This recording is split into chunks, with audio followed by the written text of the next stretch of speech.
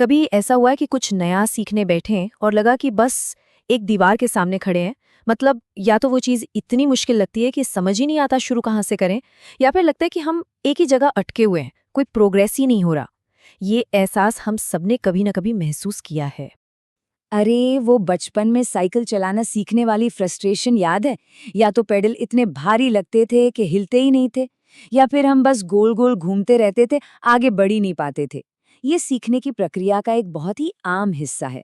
लेकिन क्या हो अगर मैं कहूँ कि सीखने का एक बेहतर, एक स्मार्ट तरीका मौजूद है? असल में ना, सीखने के लिए एक स्वीट स्पॉट होता है। ये उन चीज़ों के बीच का रास्ता है जो हमारे लिए बहुत ज़्यादा आसान है और जो हमें एकदम नामुमकिन लगती हैं। और यही वो जादुई जगह है जहाँ असली ग्रोथ होती है। आज हम इसी के बारे में गहराई से बात करने वाले हैं। तो इस कमाल के आइडिया के पीछे दिमाग किसका है?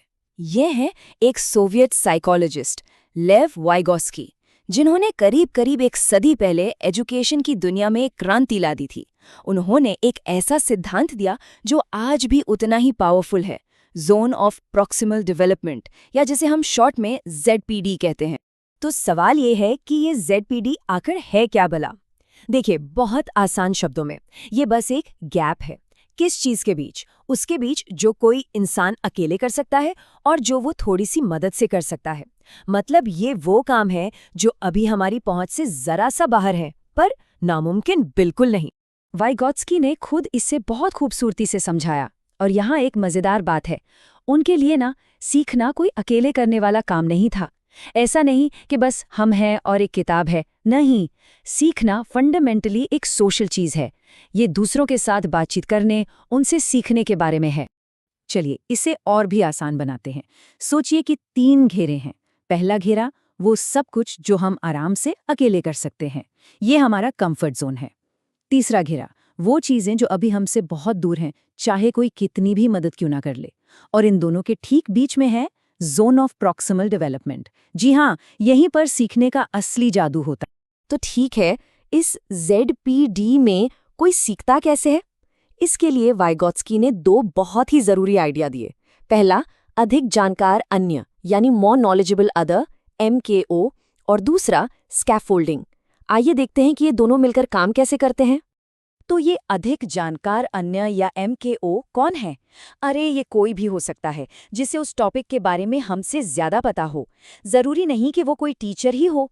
ये हमारा कोई दोस्त हो सकता है जो हमसे बेहतर गिटार बजाता हो, या ऑफिस का कोई कलीग जिसे कोई सॉफ्टवेयर हमसे बेहतर आता हो। यहाँ पर एक्सपर्ट होना रिलेटिव है। और ये MKO करता क्या है? वो हमें स्कैफोल्डिंग देता है।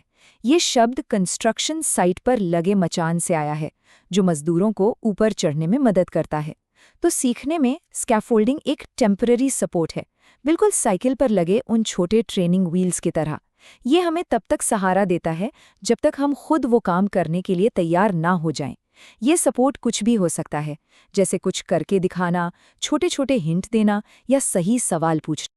क्लासरूम में इसका एक बहुत मशहूर मॉडल है, मैं करता हूँ, हम करते हैं, ग्रुप करता है और फिर आप करते हैं। मतलब टीचर पहले खुद करके दिखाता है, फिर पूरी क्लास के साथ मिलकर करता है, फिर स्टूडेंट्स छोटे छोटे ग्रुप में प्रैक्टिस करते हैं और आखिर में वो उसे अकेले करते हैं। धीरे धीरे सपोर्ट हटा लिया जाता है। लेकिन यहाँ एक बहुत ज़रूरी फ़र्क समझना होगा। स्कैफोल्डिंग का मतलब जवाब बता देना नहीं होता, उसे प्रॉम्प्टिंग कहते हैं। प्रॉम्प्टिंग में आप किसी के लिए सोचते हैं, जबकि स्कैफोल्डिंग में आप किसी को खुद सोचना सिखाते हैं। आप उन्हें अपने जवाब तक ढकेलते नहीं, बल्कि उनके अपने जवाब तक पहुंचने में मदद करते हैं। अब देखिए, वाइगोत्स्की ने ये थियरी तो लगभग 100 साल पहले दी थी, लेकिन आज के डिजिटल दुनिया में ये पहले से कई ज़्यादा रेलेवेंट हो गई है। टेक्नोलॉजी ने उनके इन आइडियाज़ को लागू करने के लिए बड़े ज़बरदस्त नए रास्ते खोल दिए हैं। इन एडेप्टिव लर्निंग सॉफ्टवेयर्स को ही देख लीजिए। ये प्लेटफॉर्म हमारी परफॉर्मेंस के हिसाब से सवालों का मुश्किल लेवल अपने आप बदलते रहते हैं। इसका फायदा, हम हमेशा अपने ZPD में रहते हैं, न तो बोर होते हैं न ही फ्रस्ट्रेट। ये एक तरह से हमारा पर्सनल डिजिटल कोच है। और इसी तरह AI पावर्ड ट्यूटर्स आज के डिजिटल MKOs हैं, जो 24 घंटे सातों दिन मौजूद हैं। वो ठीक ठीक पहचान सकते हैं कि हम कहाँ अटक रहे हैं और हमें ठीक वैसी ही मदद दे सकते हैं जिसकी हमें ज़रूरत है, बिल्कुल सही समय पर। और फिर AR और VR भी हैं। ये टेक्नोलॉजी पायलट्स, सर्जन्स और इंजीनियर्स को मुश्किल काम की प्रैक्टिस करने के लिए एक सेफ, कंट्रोल्ड माहौल देती हैं। एक ऐसा माहौल जहां गलतियां करना सीखने का हिस्सा है, कोई तबाही नहीं। ये तो अल्टीमेट स्कैफोल्डिंग है। देखिए, ZPD एक बहुत ही पावरफुल आइडिया है, लेकिन ये परफेक्ट नहीं है। हर बड़े सिद्धांत की तरह इसकी भी कुछ सीमाएं हैं और इसकी आलोचना भी हुई है। तो एक बैलेंस नजरिया रखने के लिए इनको समझना भी जरूरी है। तो सवाल ये उठता है कि सीखने की इस सोशल तस्वीर में वाइगॉत्स्की से क्या कोई जरूरी पहलू छूट गया है? क्या इसमें कुछ कमियां हैं? चलिए देखते हैं। आलोचक कहते हैं कि ZPD का कॉन्सेप्ट थोड़ा वेग, मतलब अस्पष्ट है। किसी के लर्निंग जोन को एकदम सटीक नापना मुश्किल है। कुछ लोग ये भी कहते हैं कि ये थ्योरी अकेले सीखने और खुद से चीजें खोजने की अहमियत को कम कर देती है और सोशल इंटरैक्शन पर बहुत ज्यादा जोर देती है। और हाँ, एक सवाल ये भी है कि क्या ये मॉडल हर कल्चर में एक जैसा काम करता है?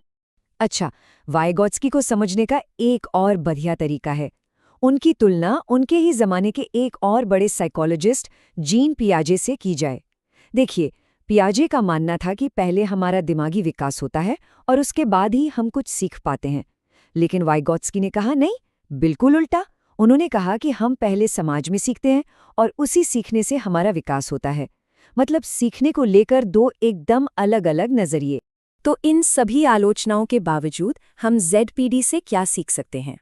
इसका सबसे बड़ा टेकअवे ये है कि ये आज भी ग्रोथ के लिए एक अविश्वसनीय रूप से पावरफुल मेंटल मॉडल है। ये हमें याद दिलाता है कि सीखना कोई आइसोलेशन में होने वाली चीज नहीं है। ये एक सामाजिक काम है। हम सबसे अच्छा तब सीखते हैं जब हम अपनी मौजूदा काबिलियत की एकदम सीमा पर होते हैं और हमें किसी ऐसे इंसान से सही समय पर सही मदद मिलती है जो हमसे बस थोड़ा सा आगे है। तो असली सवाल ये है, हम इस पावरफुल आइडिया को अपनी रोजमर्रा की जिंदगी में कैसे इस्तेमाल कर सकते हैं? हम अपने लिए, अपनी टीमों के लिए और अपने काम में जानबूझकर ऐसे लर्निंग जोन कैसे बना सकते हैं जहां चुनौती और सपोर्ट का एक परफेक्ट बैलेंस हो? ये वो सवाल है जो असल में मायने रखता है।